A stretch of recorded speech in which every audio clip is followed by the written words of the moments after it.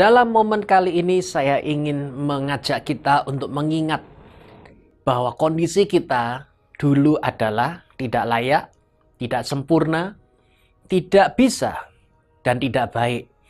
Namun oleh karena anugerah dan kasih karunia Kristus Yesus, maka kita dibuat menjadi layak, disempurnakan, dibuat jadi baik, dan dibuat jadi bisa. Jadi Anda bisa melihat perbedaannya di sini bagaimana. Dan di sini saya ingin mengajak kita dengan judulnya adalah unqualified atau tidak memenuhi syarat. Saudara lihat, itulah keadaan kita di luar Yesus. Itulah keadaan kita ketika kita hidup di dalam masa lalu kita. Namun oleh karena bulan ini Tuhan membawa kita semua kepada unmerited favor atau perkenanan yang seharusnya kita tidak layak untuk mendapatkan itu, tapi kita diperkenan oleh Tuhan, dikasih oleh Tuhan, maka kita mesti menyadari who we are in Christ. Saudara, lihat siapa diri kita dalam Kristus. Ini sangat penting sekali untuk kita mengetahui tentang status itu. Jangan sampai kita lupa tentang status kita di dalam Kristus. Melalui message ini, saya ingin mengajak semua grup prayer yang ada untuk menyadari siapa kita di dalam Kristus. Kalau saudara menyaksikan ini, coba boleh tulis di kolom komen identitas Anda dalam Kristus. Contohnya, saya adalah seorang pemenang. Saya adalah seseorang yang ada di atas. Saya berprestasi. Saya disembuhkan. Itu adalah status kita. Itu adalah identitas kita. Saya punya masa depan. Keluargaku dibuat harmonis. Kesehatanku memiliki daya tahan tubuh yang kuat. Itu status kita. Jadi melalui message ini saya ingin mengajak kita untuk menyadari. Sangat penting sekali untuk kita tahu siapa diri kita dalam Kristus. Ada satu ayat di dalam Filipi 1 ayat 21 berkata, karena hidup bagiku adalah Kristus, mati adalah keuntungan. Jadi, saudara yang dicintai oleh Yesus, di sini kita mesti sadar bahwa kita ini di dalam Yesus. Ada keuntungan apa yang bisa kita dapatkan? Ada anugerah apa yang bisa kita alami? Nanti kita akan sharing dan kita akan berdoa bersama di sini. Tapi yang terpenting di sini adalah tetaplah kita bertumbuh di dalam Kristus dan melalui anugerahnya yang sempurna. Sekarang, ketika saudara dalam Kristus, ada 3 hal yang terjadi yang akan kita sharingkan. Yang pertama, bernilai. Ya, anugerah yang bisa kita dapatkan, saudara akan mempunyai value, ada nilai dalam kehidupan saudara. Yang tadinya kita ini tidak ada harganya, dibuang orang, diinjak-injak, tidak dianggap bahwa kita ada di sana. Namun setelah saudara di dalam Kristus, saudara akan melihat ada value, ada sesuatu yang berharga, yaitu diri saudara. Engkau mulai diterima sebagai anaknya, engkau mulai diterima masuk di dalam anugerahnya, engkau menjadi orang dengan identitas yang baru. Saudara mesti sadar bahwa kita ini punya value. Nah, value apa yang seperti sudah Tuhan berikan dalam kehidupan kita, kita mesti menyadari.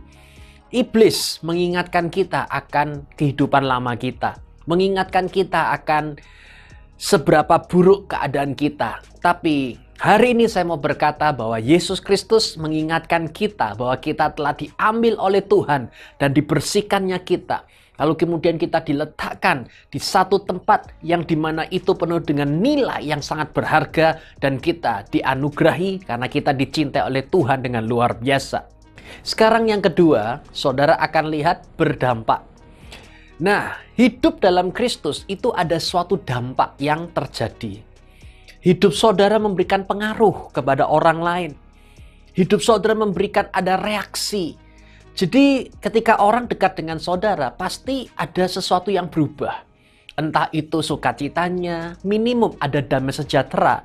Karena kita hadir di sana untuk menjadi garam dan terang. Kita memberikan dampak di sana. Melalui message ini, dimanapun Anda berada, mari. Seperti Tuhan telah memberikan dampak dalam kehidupan kita, kita dapat berdampak di tengah-tengah dunia yang ada ini. Saya percaya, ruangan begitu gelap, Namun ketika ada satu cahaya kecil, lilin kecil, seumpama seperti itu akan menerangi saudara. Nah, kita ini sudah punya terang. Ketika engkau sudah diletakkan oleh Tuhan ya, di satu tempat, di marketplace, di kantor, di dalam suatu keadaan mungkin, ketika engkau ada di sana tetap akan menjadi terang. Semakin gelap ruangan itu, justru semakin terang Kristus akan bercahaya melalui saudara semua. Mari bersama-sama kita berdampak karena anugerah Tuhan sudah dilimpahkan dalam kehidupan kita.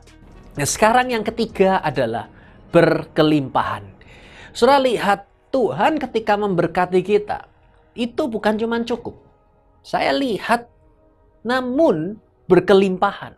Remember this, you are blessed to become a blessing to others. Engkau diberkati sehingga kau bisa menjadi berkat bagi banyak orang. Bagaimana kita bisa menjadi berkat bagi banyak orang? Kalau misal kita sendiri pun juga kekurangan. Tidak.